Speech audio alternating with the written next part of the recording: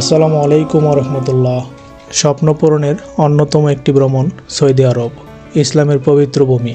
উমরা পালনের উদ্দেশ্যে গিয়েছিলাম গত রমজান মাসে।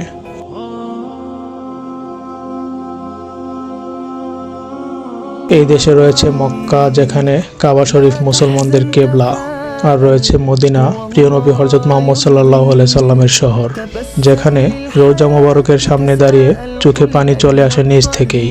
এই সফর শুধু একটি ভ্রমণ নয়, এটা এক আত্মিক অনুভূতি, এক চিরস্মরণীয় অভিজ্ঞতা। এখানে প্রতি ধাপে ধাপে মিলে যায় শান্তি, ভালোবাসা আর ঈমানের আলো। সৌদি আরব সফর আত্মার জন্য এক পবিত্র যাত্রা। এই উমরা সফর আল্লাহ তাআলা প্রত্যেকের জন্য নসিব করুন। সবাইকে আল্লাহ তাআলা কবুল আর মঞ্জুর করে নিন।